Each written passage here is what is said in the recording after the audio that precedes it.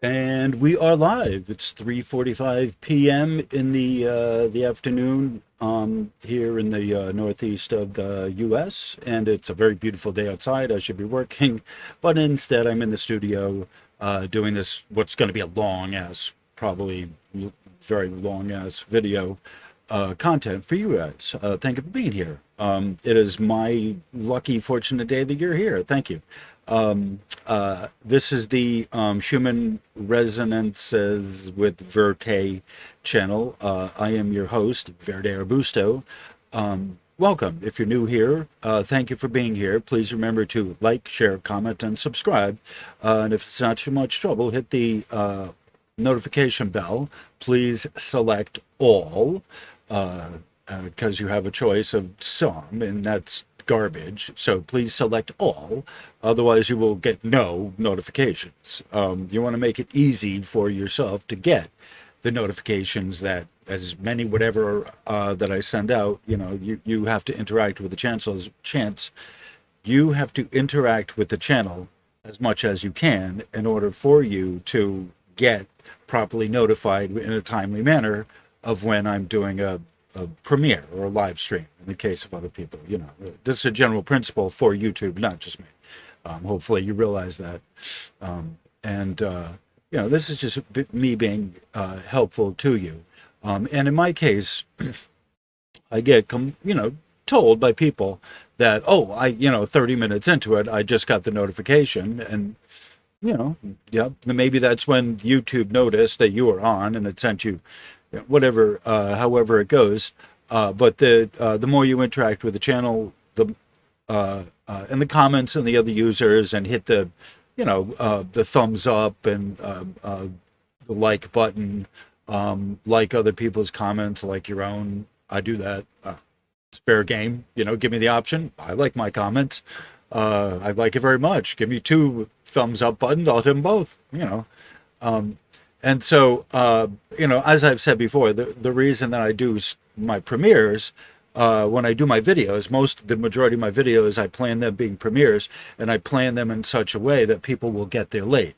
So I tend to do an introduction, lazy-dazy, easy peasy, wheezy breezy introduction to my videos and get a slow roll for the people who are coming later. It's just a courtesy of them. And I try and schedule mine later in the day for the people who aren't, here in the U.S., whatever. And so I try to be considerate of you guys when I do these, and especially with the premiere. So a lot of times I'll start out, with the music and, 10 minutes of music, because it's like, people getting into the room and getting the notification and all of that.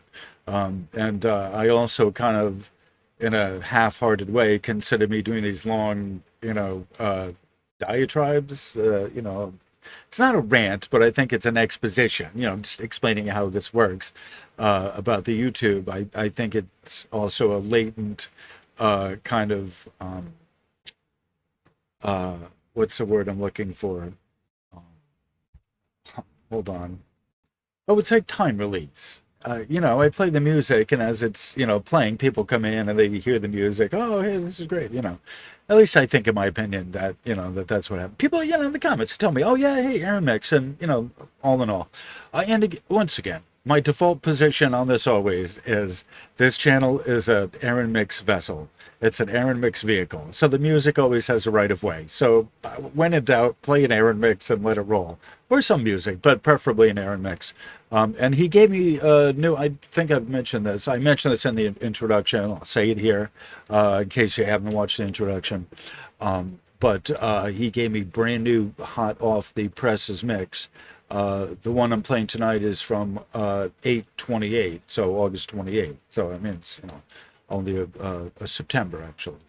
No, sorry, 8 is August. But anyway, all right, so it's cool down a hair, but it's still hot and fresh. And as you'll see tonight, this will be a headphone mix, or, get up and dance on a table. And who cares? All right, so there's someone, I'm going to pause this here.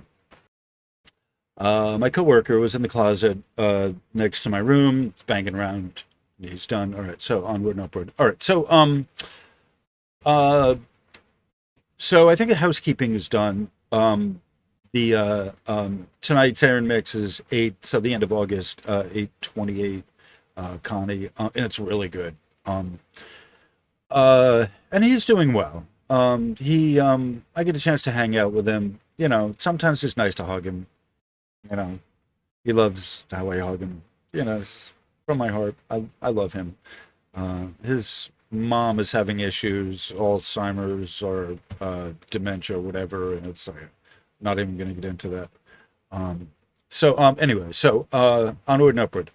All right, so essentially, I've already done the introduction to this. Maybe I'll put the link or one of those cards or whatever. I don't know how to do those cards. I probably could. I'd do them if I, whatever. I'm not one of those card people. But I'll put the link in the description so you'll have the link to the introduction to this. Because this is so long, I just want to, I'm going to get into this, start reading it, and then it's relatively short where I get to the first, stop. So I'm going to just start reading and then get to the first Aaron mix. And I'll play like 10 minutes, like I said, to let people get in the room. And the first 10 minutes is good. I don't want to stop that train. All right. So the name of this is The Changing of the Guards, the wrap up of the wrap up. And I have explained what the wrap up of the wrap up is in the introduction.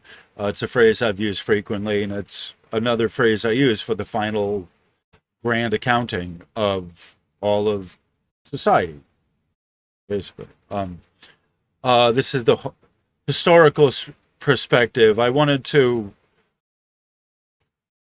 historical background. I wanted to explain a little bit about the uh, what the great year is, right? I'm using that the changing of the guards, changing of the calendar. It's a new great year, new cycle, So what does this actually mean? So this is a video that I've been wanting to do for a while. I've had this sort of on the back burner, bubbling for, well, since before I actually had the channel and before I was doing the Schumann residences. I've had this as a final exam thing, and I've had this browser up, all my references here in one place for months and months. I've wanted to do this for months, and then they're like, all right, my guides are like, it's time.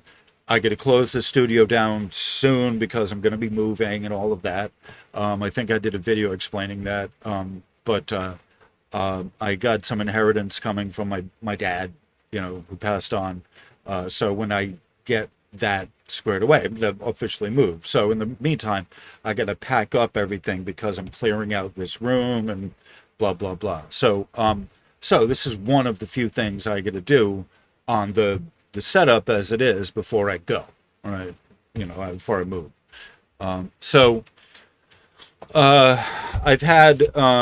I've been meaning to explain this, been meaning to talk to it, give you this perspective of what ascension and the new age and all of this is from the etheric technician's standpoint. And I think you'll appreciate it. All right. So I'm just naming this section the long count, because that's really what we're talking about is the end of the long count. All right. So regardless of what you might think of the Mayan culture, among other things, we owe them the credit for the numerical value of 0, the importance of which cannot be overstated. All right. Hold on. I'm going to, okay. Oh, that's better. All right. So, where was I? So, regardless of what you may think, all right. So, they gave us the numerical value of 0. And it's important to note that they were using it like 1,100 years before the first, before Cortez or before any of these Spanish conquistadors, the explorers, the conquering explorers, had set foot over there in that land before, they made it to Montezuma in Mexico. These guys were using it in their computation and the numerical system and all that. They had cultivated maize, 8,000 BC. from a variety of grass. Basically, corn is a grain. It's considered a grain. Um, their culture had multiple calendars, and we're going to kind of go into this based upon the movement of multiple astrological bodies outside of the solar one that we use today. So we have like basically one calendar, that's the yearly 365 days in a quarter calendar. But they had others that they used depending on what was happening. Um, one of which was Venus, one of which was the moon. One is the long count. Uh, the calendaring system was commonly used.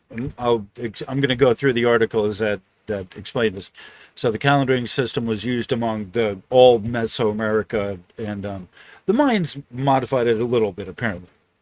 All right, so BCE, before the Common Era, year 2012, specifically the 21st of December, the calendar ended, but to be restarted as the beginning of the new great year, the 26,000 year cycle.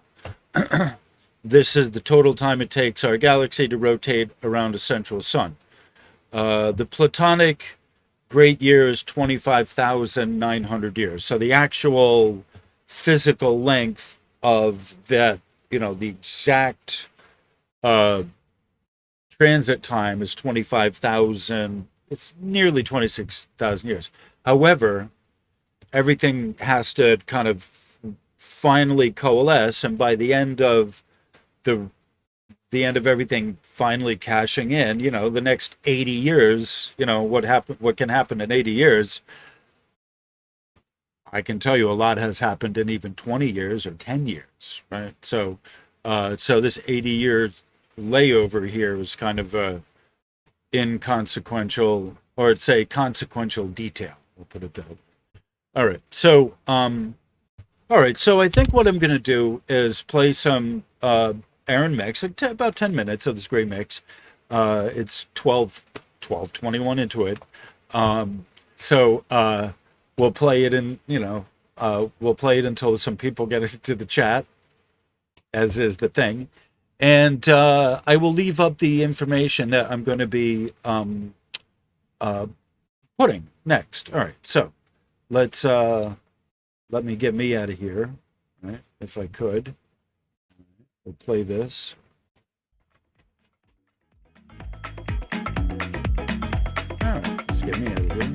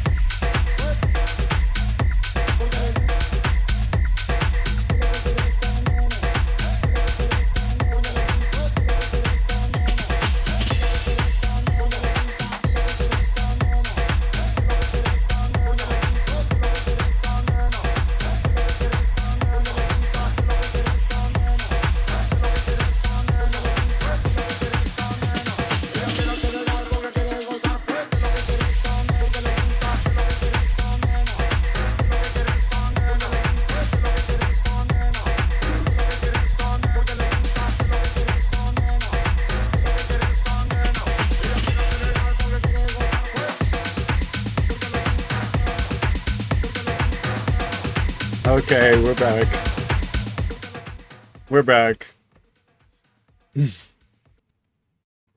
Well, yeah, well, in fact, because I like you all so much, I'm going to just move this back just a little bit. So the next time when I play this, you'll get the little bit, and then you'll get the whole thing. Like, that's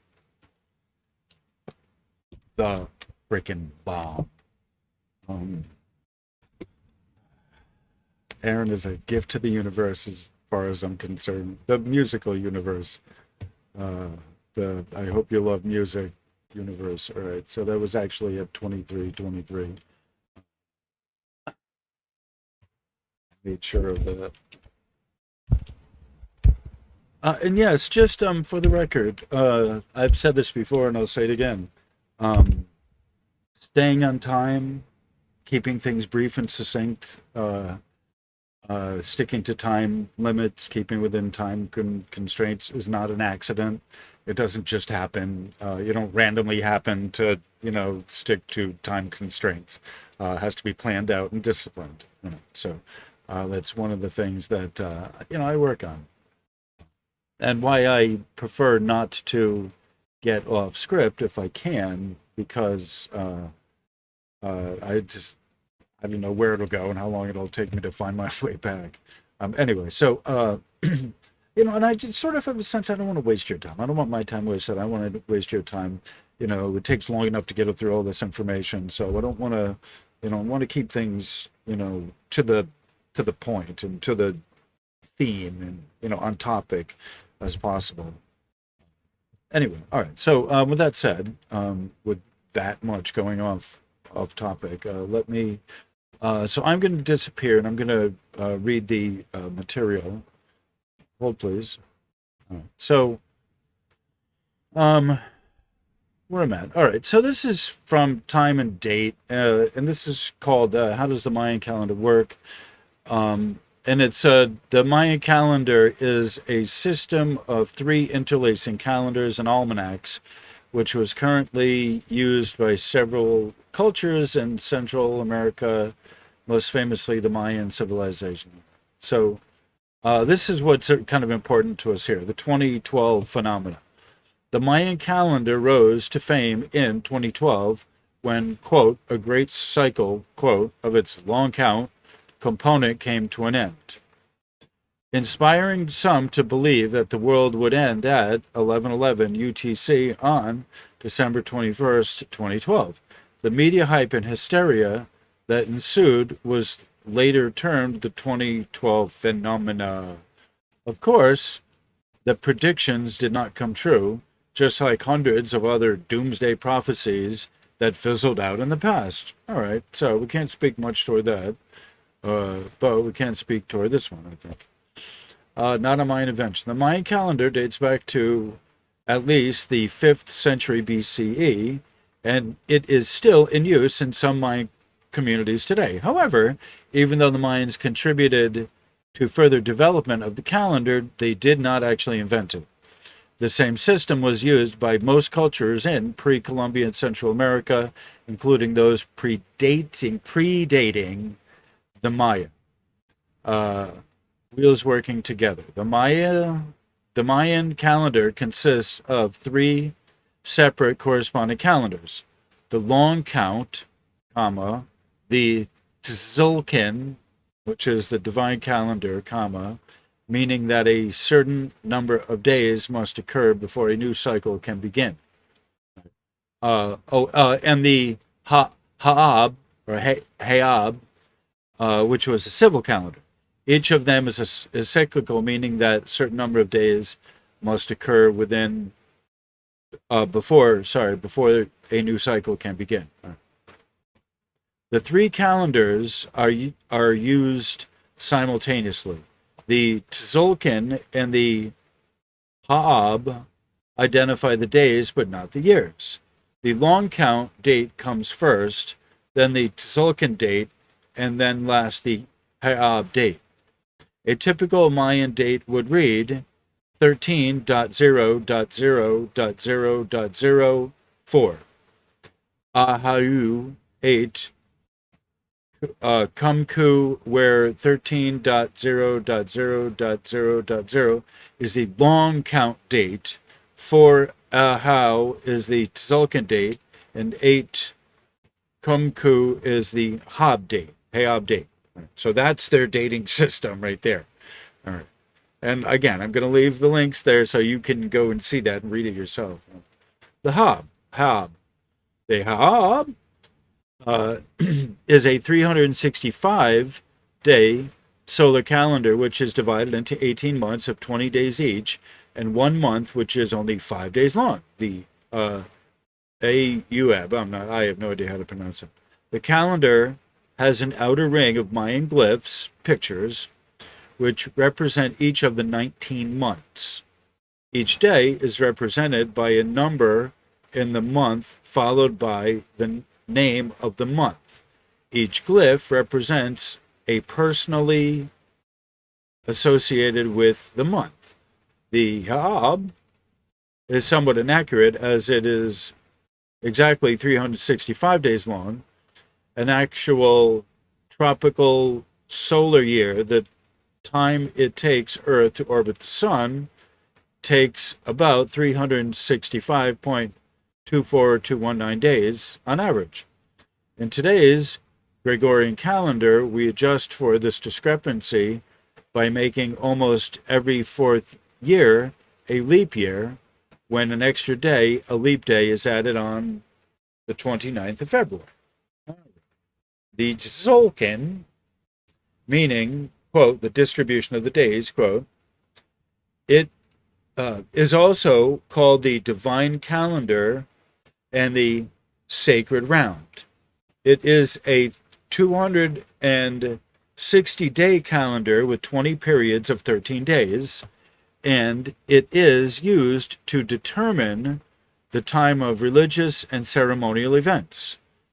The days in each period are numbered from 1 to 13. Each day is also given a name or glyph from a sequence of 20 names. All right, are you getting me so far?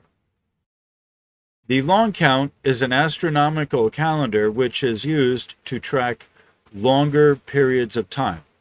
The Mayans called it the universal cycle. Each such cycle is calculated to be 2,880 days. 2,880 days long. About 7,885 solar years. The Mayans believed that the universe is destroyed and then recreated at the start of each universal cycle.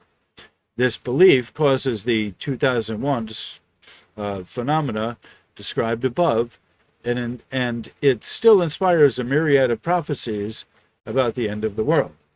Okay, so we got to be aware of these, that, like, what are we talking about? The creation date for the current cycle is 4 Aho and 8 Kumku. According to the most common conversion, this date is equivalent to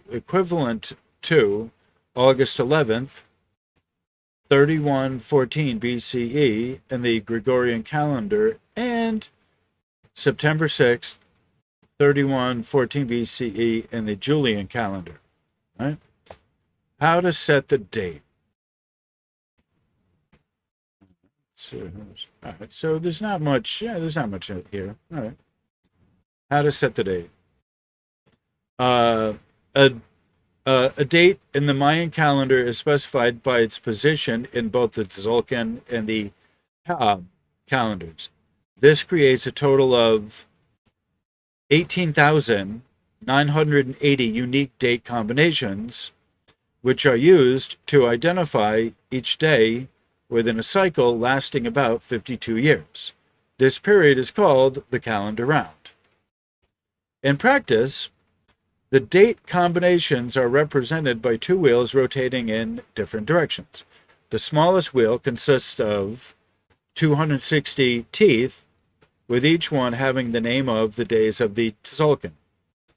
The larger wheel consists of 365 teeth and has the same name of each of the positions of the Heab year. As both wheels rotate, the name of the Tzolk'in day corresponds to each Heab position. All right, so I'm going to pause this so I can have a drink of a cold, refreshing beverage, and take this opportunity to yourself pause this, get a cold beverage, and just kind of wrap your head around what I've said so far. All right, so hold please. Okay, thank you. I needed that. I appreciate that. Thank you for bearing with me. Thank you for sticking with this. There's not any like math, so to speak, in this, but there really is a lot of math in this. All right, so either you get this or you don't. And like I said, I give you the references so you can go and check them yourselves and read it slowly and all of this. I'm as I read through this is my second or third or fourth time, going through this, whatever. All right, so onward. The date is further identified by counting the number of days from the, quote, creation date using the long count calendar. A typical long count date has the following format: Baktun, Ketun, Tun, Uinal, and Kin. All right, so they explain Kin is 1 day, and Uinal is 20 kins, 20 days. The Tun is 18 Uinal, 360 days. The Ketun is 20 ton, and that's 7,200. And then the Baktun is 144,000. All right, sorry, 144,000 days. The Kin and Tun and Ketun are numbered from 0 to 19.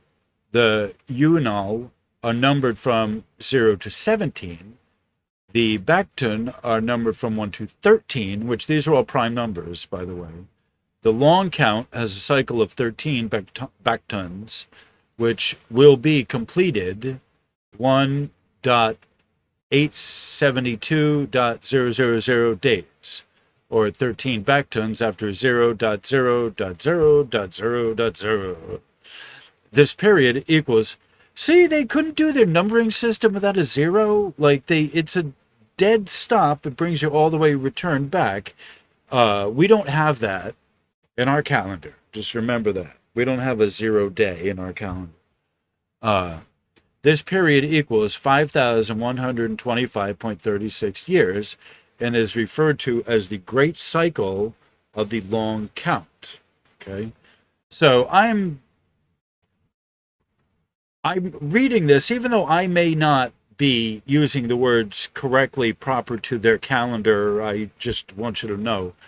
I'm calling this the Great Cycle as I understand it, and we will be going into this so you can understand in more fullness what I'm talking about. So the Mayan culture today. So the Mayans still form sizable populations that include regions encompassing present-day Guatemala, Belize, Honduras, El Salvador, and parts of Mexico.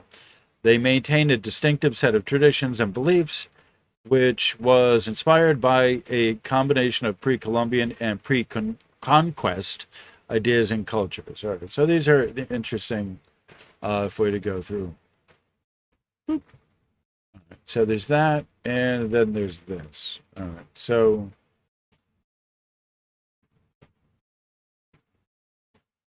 so I'll go through this real quick. It's kind of going over what I've already just read, but this goes into a little more detail, I think. And the artwork is fabulous. I think I may use a capture of that as my thumbnail. I don't know. Mayhaps so, mayhaps not. All right. So, and this is from History on the Net. Actually, this is the History Channel. This is their History on the Net. All right. So, what we call the Mayan calendar. Wait, hold on.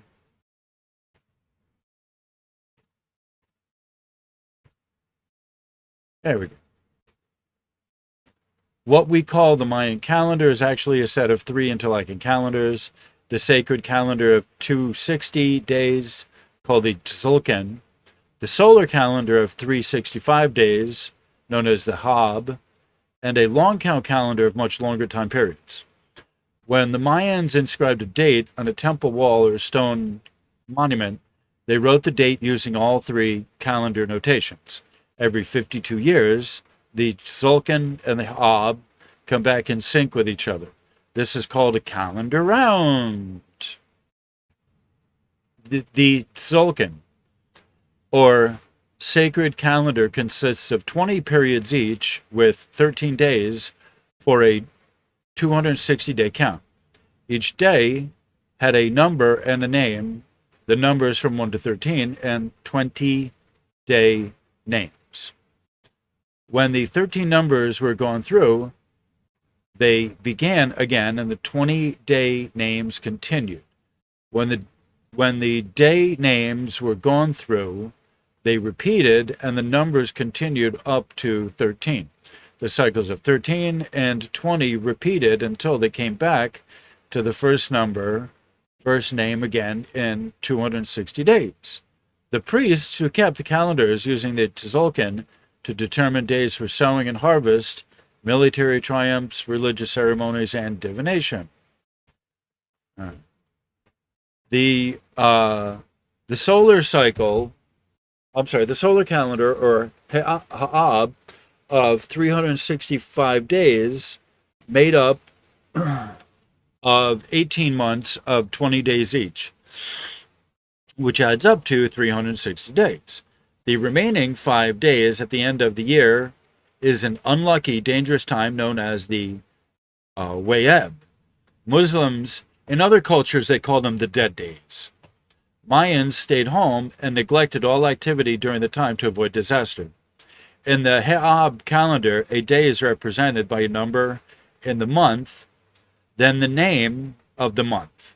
There were 19 month names plus Wayeb for the dreaded 5-day month, taking 20 month names. The dreaded 5-day month. You're not calling that a vacation? No. The dreaded 5 days. All right. Hold, please. Okay. In order to keep track of longer periods of time, the Mayans used the long count calendar. The long count counts all the days since the beginning, which the Mayans marked as August 11th, 3114 BC. The long count calendar is cyclical, as each period of time will begin again, but it is also linear. Because it is linear, it can take into account dates far into the future or in the past. The basic unit of this calendar is the tun, a year of 360 days. The basic Ha'ab year without the 5-day way up. Long count dates are expressed in 5 digits. The 5 digits represent a kin, which is a day, yunal, a month, tun, year, and ketun, or 20 years, and baktun, which is 20 ketons, or 144,000, I think. Most Mayan dates note both the day of the Tzolk'in and the Ha'ab calendar. For instance, a day may be marked as 2 Chikkan, 5 Pop with 2 Chikkan, Chikchan, I'm not sure how to pronounce this, being the date in the Tzolk'in calendar with 5 Pop, and the day in the Ha'ab being the 5th day of the month Pop. The next day would be 3 Kimi, 6 Pop. When the Mayans described a date on a stele, however, they also included the 5 digits of the long count calendar. Thus, July 1st, 2000 would be written 13.19.6.15.2, 11 ik, and 10 kank, or however you pronounce that. All right, so you see the copyright information there. Cite that article. I'm not citing it, but I'm showing it to you, so it's there. All right, so let's pause this a second. Okay, we're back. All right, so I'm at the 45-minute, almost at the union break time 45 minutes. I guess I just before I, slip out the back door, I just want to say that that's in there. We see where, it talks about their myth, talks about it's the world is the universe is destroyed and recreated, after so much time, and so obviously, clearly, right? Anyone with a rational brain is going to think that, oh, that long count calendar, that's, the end of the world, the end of the universe, the end of the world. All right. So, but let's, we're going to kind of look at this and um, kind of see what we're talking about here. Uh, so, I guess but before I go into this, I'm going to play some Olomecs. It's at the 45-minute. And then I'll get back to this, and we will address this issue of what's going on here. So the best we can. And again, I meditate on this. I have guides who are sitting in the eternal forest of the amethyst flame who guide me and try and help me along in this process. And we try and do our best. So on that cheery note, thank you for being here, and let's play some music.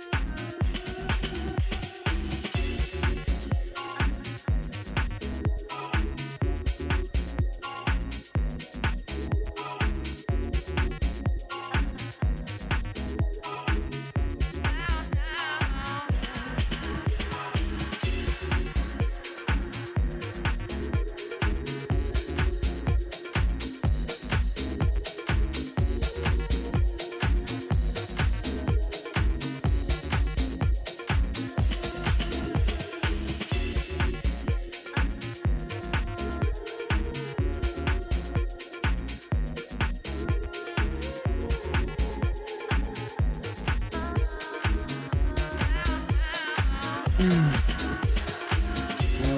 I'm back. Let's pull it back. Alright, pause this. Alright, so, I'm gonna read through this, and then I think I'm gonna close out the video. I don't want to make these too long. I'm doing them in sections.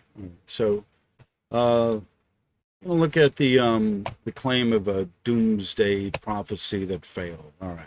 So, the universe hasn't ended yet, as far as I know. However,